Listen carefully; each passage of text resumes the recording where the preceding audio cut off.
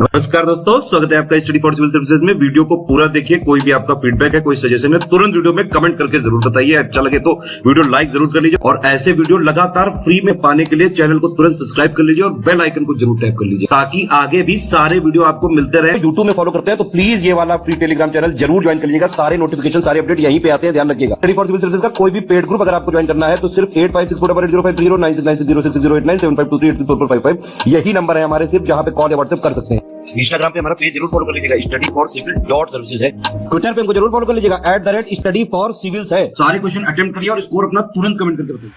दोस्तों नमस्कार, study for civil services में आपका स्वागत है। यूपीपीएससी एग्जामिनेशन काफ़ी नज़दीक है, उसके लिए प्रैक्टिस बेहद ज़रूरी है। उस माध्यम में ये वीडियोस आपके लिए काफ़ी हेल्पफुल हैं, ठीक है। प्लीज़ इसको फॉलो करते रहिए एग्जाम के पहले तक। यहाँ पे मोस्ट एक्सपेक्टेड क्वेश्चंस चूँकि इसमें करवाए जाते हैं, ठीक है, जो कहीं ना कहीं सीधे रूप में या फिर इनडायरेक्ट रूप में आपको एग्जाम में देखने को मिलेंगे, ठीक। उसी क्रम में हम अपना अगला वीडियो यहाँ से स्टार्ट कर रहे हैं। फर्स्ट क्वेश्चन देखेंगे, जिसमें पूछा गया आपसे कि पायलट जो प्लेन वगैरह चलाते हैं और बेस स्टेशन के बीच संचार के लिए एक नया प्लेटफॉर्म जिसका नाम है वायु लिंक किसने तैयार किया है। तो वायु लिंक प्लेटफॉर्म को जो है बनाया गया है इंडियन एयरफोर्स के द्वारा, ठीक है। जिसमें जैसे बैड वेदर होता है तो ऐसी स्थिति में या फिर कहीं पे जैमर लगे होते हैं ना, जिसके माध्यम से कम्युनिकेशन नहीं हो पाता है, तो जैमर प्रूफ एक तरीके से कम्युनिकेशन के लिए और बैड वेदर वगैरह में जो प्लेन है और ग्राउंड स्टेशन जो होता है वहाँ पे इनके बीच सेफ कम्युनिकेशन हो सके ताकि कोई मिस हैपनिंग ना हो, इसके लिए इसको डेवलप किया गया है सिस्टम को। तो ध्यान रखेंगे, वायु लिंक नाम है और इंडियन एयरफोर्स आंसर हो जाएगा। नेक्स्ट है कि हाल ही में economic times global business summit 2023 का आयोजन जो है कहाँ पे किया गया है। तो ये हुआ था फरवरी में न्यू दिल्ली में, ठीक है। प्राइम मिनिस्टर मोदी ने इनॉग्रेट किया था और इसका थीम याद रख सकते हैं, रेजिलियंस, इन्फ्लुएंस और डोमिनेंस, है ना। नेक्स्ट है सहयोग समझौते के तहत किस देश ने 17 फरवरी 2023 को 12 चीतों को भारत में स्थानांतरित किया है, ठीक है। तो चीता की पॉपुलेशन दोबारा इंडिया में जो है और बढ़ाने की दिशा में यहाँ पे साउथ अफ्रीका और इंडिया के बीच जो एग्रीमेंट है उसके माध्यम से इनको इसमें नंबर ध्यान रखिएगा, 12 चीते फरवरी में भेजे गए हैं 17 फरवरी 2023, तो बी ऑप्शन करेक्ट हो जाएगा। और कहाँ पे इनको जो है ट्रांसलोकेट किया गया है तो कूनो नेशनल पार्क जो है, एक इसको ध्यान रखेंगे। अब यहाँ पे देखें, प्रेसिडेंट ने, है ना, द्रौपदी मुर्मू जी ने 16 फरवरी को किस शहर में आयोजित अंतर्राष्ट्रीय इंजीनियरिंग और प्रौद्योगिकी मेला 2023 का उद्घाटन किया है। तो इसमें इवेंट का नाम ध्यान रखेंगे और शहर का नाम और इनॉग्रेशन जिसने किया है, तो ये भी आयोजित हुआ था न्यू दिल्ली में। नेक्स्ट है हाल ही में जी किशन रेड्डी, ये कौन है, हमारे जो यूनियन कल्चर मिनिस्टर हैं, ठीक। तो इन्होंने कितने कलाकारों, जिसमें से 3 संयुक्त पुरस्कार हैं, यानी कि जो है संयुक्त रूप से दिया जाता है ना जैसे 2 लोगों को, तो उस हिसाब से कुल जोड़ा जाए तो कितने लोगों को उस्ताद बिस्मिल्लाह खान युवा पुरस्कार 2019, 20 और 21 3 वर्षों के इकट्ठे जो है कोविड की वजह से शायद ये नहीं दिए गए थे तो अब दिए गए हैं। तो इसमें कुल संख्या है टोटल जो 3 संयुक्त पुरस्कार है 102। और इसमें ध्यान रखिएगा कि जो 40 वर्ष तक के लोग होते हैं, है ना, उनको ये जो है अवार्ड यहाँ पे दिया जाता है in the category of music, dance, theatre, है ना, फोक डांस, ये सब जो चीज़ें हैं। दिल्ली में इसको दिया गया था, वेन्यू भी हो सके तो ध्यान रखें। नेक्स्ट है किन 2 देशों के बीच संयुक्त सैन्य अभ्यास जिसका नाम है धर्म गार्जियन, है ना, काफ़ी इंपॉर्टेंट एक्सरसाइज है, मिलिट्री एक्सरसाइज। इसका 4th एडिशन आयोजित किया गया 17 फरवरी से 2 मार्च के मध्य। कहाँ पे, जापान के एक प्रोविंस है, जैसे स्टेट होते हैं ना, तो वहाँ पे शिगा प्रांत है, तो एक जगह वहाँ पे कैंप इमाजू इसमें आयोजित किया गया। तो जापान से ही आप समझ गए होंगे, भारत और जापान के मध्य की एक्सरसाइज है ये, 4th एडिशन, इसको ध्यान रखेंगे। और वेन्यू इंपॉर्टेंट है ना, जापान में इस बार हुआ है। इसमें देखें, हाल ही में केंद्रीय जल आयोग, सेंट्रल वाटर कमीशन जो है, इन्होंने ड्रिप योजना एक चलती है, ड्रिप योजना के अंतर्गत बांधों के लिए जो डैम्स होते हैं एक अंतर्राष्ट्रीय उत्कृष्टता केंद्र का विकास करने के लिए किस संस्थान के साथ एक समझौते पर हस्ताक्षर किए हैं। तो देखिए, डैम्स में सेफ्टी और मॉडर्न टेक्नोलॉजी या किसी भी चैलेंज के लिए क्या सॉल्यूशंस हो सकते हैं, इन सब के कह लीजिए असिस्टेंस के लिए IIT रुड़की के साथ यहाँ पे जो ये किया है आपका अग्रीमेंट, ठीक। इसमें एक इस कार्य के लिए अंतर्राष्ट्रीय उत्कृष्टता केंद्र बनाया जाएगा जिसमें कुछ ओवरसीज डैम्स जो ओनर्स हैं वो भी हेल्प ले सकते हैं। इसके लिए यहाँ पे सेंट्रल वाटर कमीशन ने ये एग्रीमेंट किया है, तो काफ़ी इंपॉर्टेंट है, ध्यान रखेंगे। IIT रुड़की इसमें जो है आंसर होगा आपका डी विकल्प।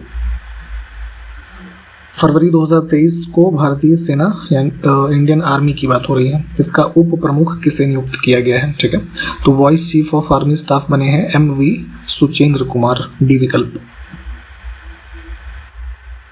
नेक्स्ट है 16 फरवरी 2023 को प्रधानमंत्री मोदी ने किस राज्य में जल जन अभियान का उद्घाटन किया है। तो यहाँ पे अभियान का नाम ध्यान रखेंगे, वाटर स्कार्सिटी जो है उस चीज़ को एड्रेस करने के लिए इनॉग्रेट किया गया है इसको सिरोही डिस्ट्रिक्ट राजस्थान में, ठीक है। और वर्चुअल माध्यम से इनॉग्रेशन किया गया था, हो सके तो ये भी ध्यान रखें।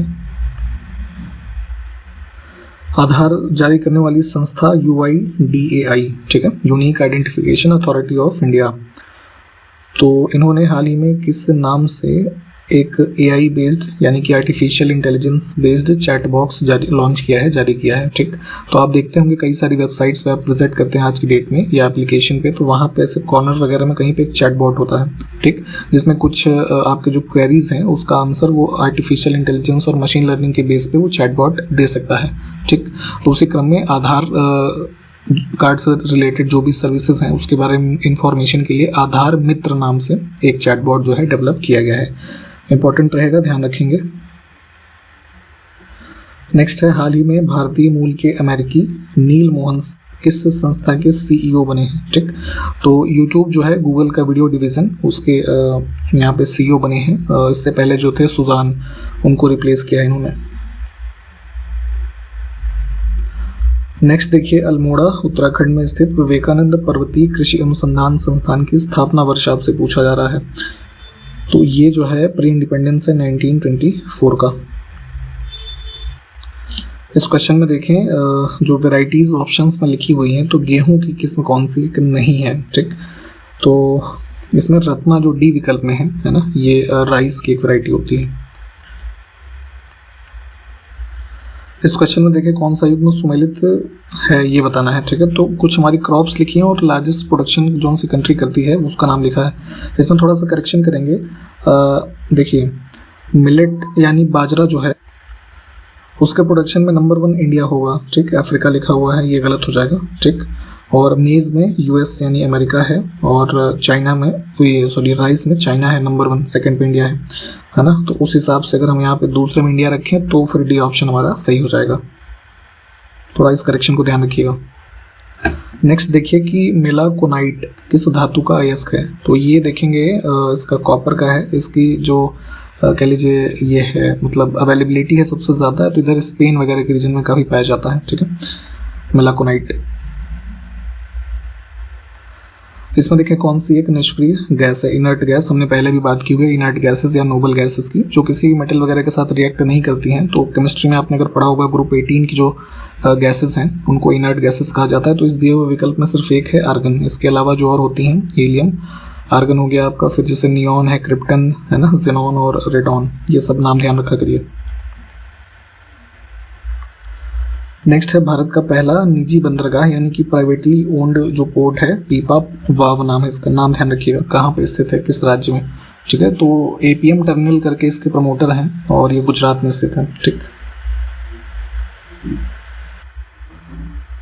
आगे है मौर्य वंश के बाद निम्नलिखित में से किसने मगध पर शासन किया, ठीक है। पाटलिपुत्रा का रीजन आप इधर देख रहे हैं जो, ठीक है।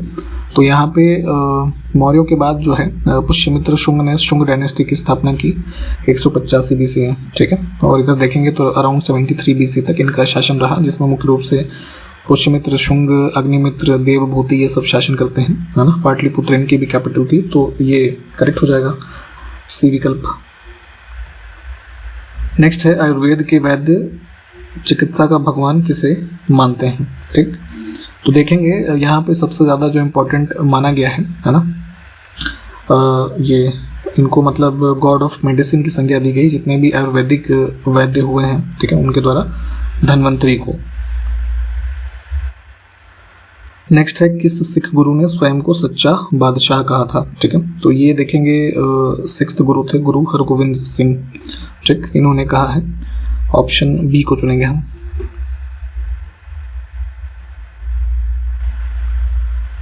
इसमें से किस मुगल शासक ने संगीत और नृत्य पर प्रतिबंध लगा दिया था। तो ये मतलब औरंगजेब जो अंतिम में मुगल सम्राट हुआ, इसका मानना था कि जो म्यूज़िक है, डांस है, ये सब जो इस्लाम की स्पिरिट है उसके अगेंस्ट है ना, इलीगल है। तो इन सब कारणों का हवाला देते हुए बैन लगाया था इसने, विकल्प सी। सिख धर्म की पवित्र पुस्तक इसमें से कौन सी है ये बताना है। तो ये गोविंद सिंह जो थे, इनकी डेथ के बाद माना गया इसको ही, गुरु ग्रंथ साहिब को गुरु के रूप में, और यही सबसे इनकी जो पवित्र पुस्तक है, ठीक है, सिख धर्म में। डी विकल्प को चुनेंगे हम। आगे देखिए, भारत की अध्यक्षता में G20 बैठक के अंतर्गत वित्त मंत्रियों और केंद्रीय बैंक के जो गवर्नर होते हैं, इनकी पहली G20 बैठक 24 और 25 फरवरी को कहाँ आयोजित होगी। अब तो खैर हो चुकी है। तो इसमें भारत की तरफ से फाइनेंस मिनिस्टर निर्मला सीतारमन जी और ये शक्तिकांत दास जो गवर्नर हैं RBI के, इन्होंने होस्ट किया था इस मीटिंग को कर्नाटका बेंगलोर में, ठीक। किस केंद्रीय मंत्री ने छत्रपति शिवाजी महाराज के जीवन पर आधारित शिव सृष्टि थीम पार्क, यहाँ पे नाम ध्यान रखें, इसका उद्घाटन किया है कहाँ पे, पुणे में। तो ये अमित शाह जी ने किया था। इसमें देखें, केंद्र सरकार उत्तर भारत का पहला परमाणु संयंत्र किस राज्य में स्थापित करेगी। तो अभी रिसेंटली जो हमारे ये साइंस एंड टेक मिनिस्टर उन्होंने अनाउंस किया था, इसके रेफरेंस में इंफॉर्मेशन, हरियाणा में एक टाउन है, ये डिस्ट्रिक्ट है फतेहाबाद, वहाँ पे एक जगह है गोरखपुर, उसमें इस्टेब्लिश जो है इसके किया जाना है। ये काफ़ी इंपॉर्टेंट है, यहाँ पे नाम ध्यान रखिएगा इस ऑप्शन में जो दोनों लिखे हैं। देख लेते हैं पहले स्टेटमेंट। किस संगठन को गृह मंत्रालय ने आतंकवादी संगठन घोषित किया हाल ही में, ठीक। तो एक एक्ट है ना, unlawful activities prevention act, UAPA।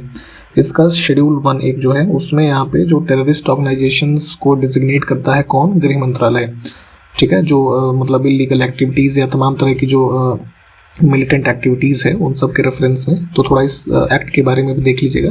तो रिसेंटली इसमें खालिस्तान टाइगर फोर्स और जम्मू कश्मीर गजनवी फोर्स, इन दोनों को डिजिग्नेट किया गया है। तो एक ये भी हो सकता है नंबर आपसे कभी पूछ लिया जाए। तो अब कुल नंबर जो हो गए हैं ये आतंकवादी जो संगठन डिक्लेयर किए जा चुके हैं 44, ठीक। तो इसमें दोनों करेक्ट हो जाएंगे हमारे यहाँ से।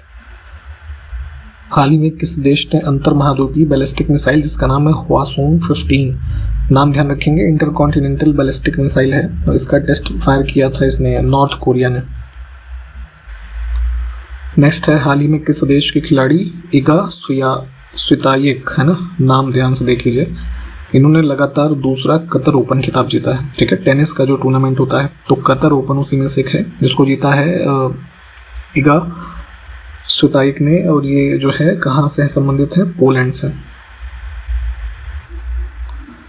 इसमें देखें, किस मंत्रालय ने राष्ट्रीय अंग और ऊतक प्रत्यारोपण संगठन वैज्ञानिक संवाद 2023 का आयोजन किया अभी हाल ही में, ठीक है। तो मिनिस्ट्री ऑफ जो हेल्थ है केंद्र सरकार की, इन्होंने न्यू दिल्ली में इसको ऑर्गेनाइज किया था, है ना, national organ and tissue transplant organisation scientific dialogue. Basically इस डायलॉग को आयोजित करने के पीछे उद्देश्य ये है कि जो ऑर्गन और टिश्यू ट्रांसप्लांट है उसकी क्या इंपॉर्टेंस है और लोगों की फर्दर लाइफ्स को सेव करने में क्या योगदान हो सकते हैं, इसके बारे में कुछ आइडियाज़ एक्सचेंज हों, इन सब के लिए इस इवेंट को ऑर्गेनाइज किया गया था।